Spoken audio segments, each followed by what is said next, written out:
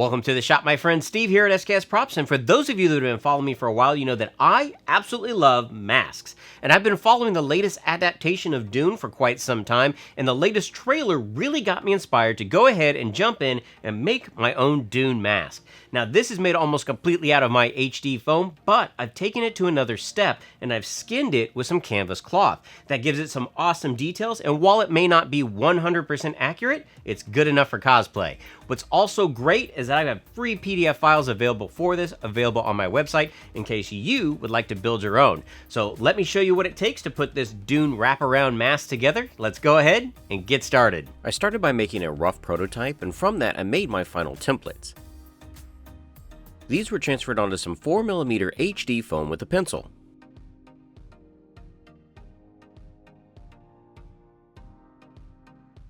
Now the thing to note here is that when you're cutting out the center line, you want to do it at an angle. This will give a correct curve when the two halves of the mask are glued together. I used some super glue to adhere the small tab to the back side. Once that had set up, I applied some weldwood contact cement to the central seam. This was allowed to dry, and then the two halves of the mask could be firmly pressed together. Now notice here there's a small V cut at the top. I used some super glue and some accelerator to glue those halves together. Gluing the foam together in these areas will round over the mask and give it its final shape. To cover up this central seam, I start by cutting a strip of 2mm HD foam. This strip is super glued onto the front and then wraps around on the back side. And just by adding a couple of layers, it's an easy way to give this build a seamless look. For the vent details on the interior of the mask, I start by cutting a bunch of small strips of 2mm foam. You can follow the placement for these on the templates that I provide in the PDF. But basically, they're going to be applied at a slight angle and match up on either side.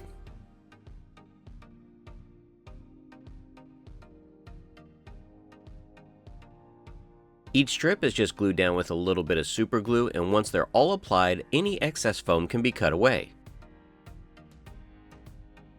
Now if you notice, I've lightly marked where the next detail strip is going to go. This is also cut out of some 2mm foam. If you notice, I made these slightly bigger than the piece as well, and that's so you can cut away any additional excess once it's applied. For the final detail on this part, I'm going to be using some 10mm HD foam half round dowel.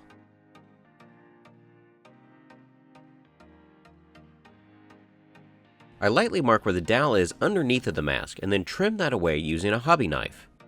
This will help these sections fit flush once they're glued into place. And here you can see the assembled front part of our mask. Now on the template I have a couple of different lines. One is for if you're going to make this a half mask, and the other is for a full wraparound. I'm going to assemble the wraparound version, so I take the faceplate and transfer that onto some 4mm foam. This is cut out using a hobby knife, and you can see how the front part of the mask fits on it just right. Just like before, I glue together this notch and add a small strip of foam to the back. This will help give the bridge of the nose a curve.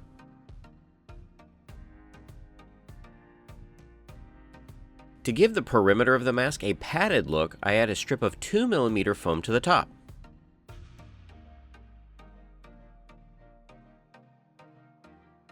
For the sides of the mask that wrap around, 2mm foam was also added to the top of these sections before they were glued into place.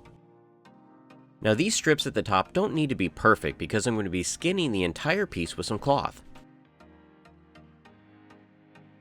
From what I can see from the trailer, it looks like they have these bump outs for the ear sections. So I cut some circles out of some 4mm foam and glued those in place to match the template. For the skinning of this mask, I'm using some light fabric canvas cloth and some 3M 74 spray. Now normally the spray comes out a little more even and better than this, but I'm at the very end of the can.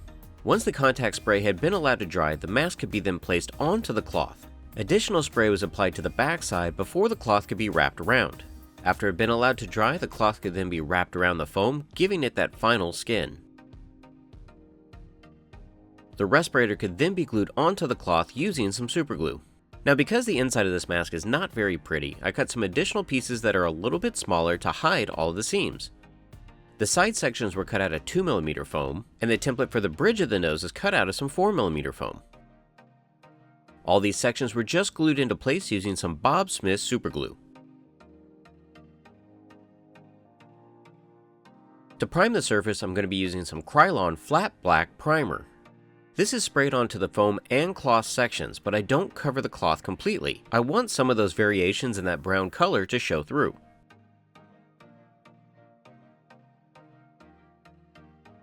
And I forgot to show this process, but here you'll see that I added some battle damage and I did the tinfoil technique for some additional textures. After the primer had cured, I used some Liquitex Mars Black to paint the respirator section. This was applied to all of the gouges and the small vents where the spray paint didn't cover it properly. Additional paint was also applied to the bridge of the nose, and then I watered it down a lot and applied it to the shadowed areas on the mask. And remember, a hairdryer can always be used to speed up your dry time. Now what I can tell from the trailer, it looks like there's a sheen difference on the respirator. So to achieve this, I'm going to use some Vallejo brand gloss varnish. This is going to be applied with a mop brush, but notice how I'm rotating the brush and stippling it onto the surface. This is going to give it more of a random appearance.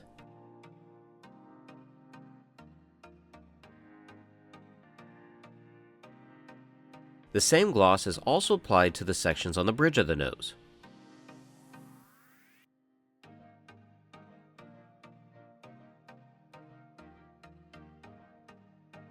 To keep the mask in place, I'm going to be using some 1-inch elastic straps. This elastic is hot glued to the back on either side of the mask. Now of course you're probably going to need to adjust the length of these wings and the elastic so that it fits your face properly. To give this mask a dusty, dirty feel, I actually scooped some of the foam dust out of my bandsaw. While the Vallejo gloss was still a little tacky, this was all applied using a mop brush. It's not a huge difference, but it's just enough to give the mask a little bit more of a worn look.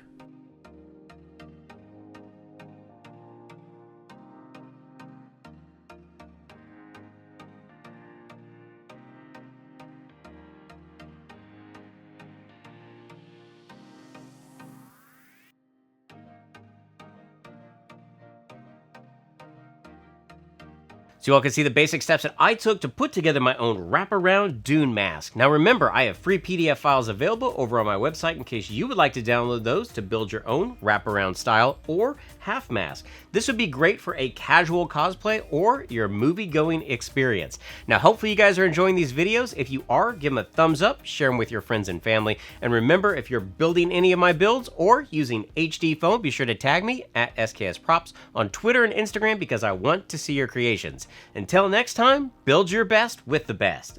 HD Foam.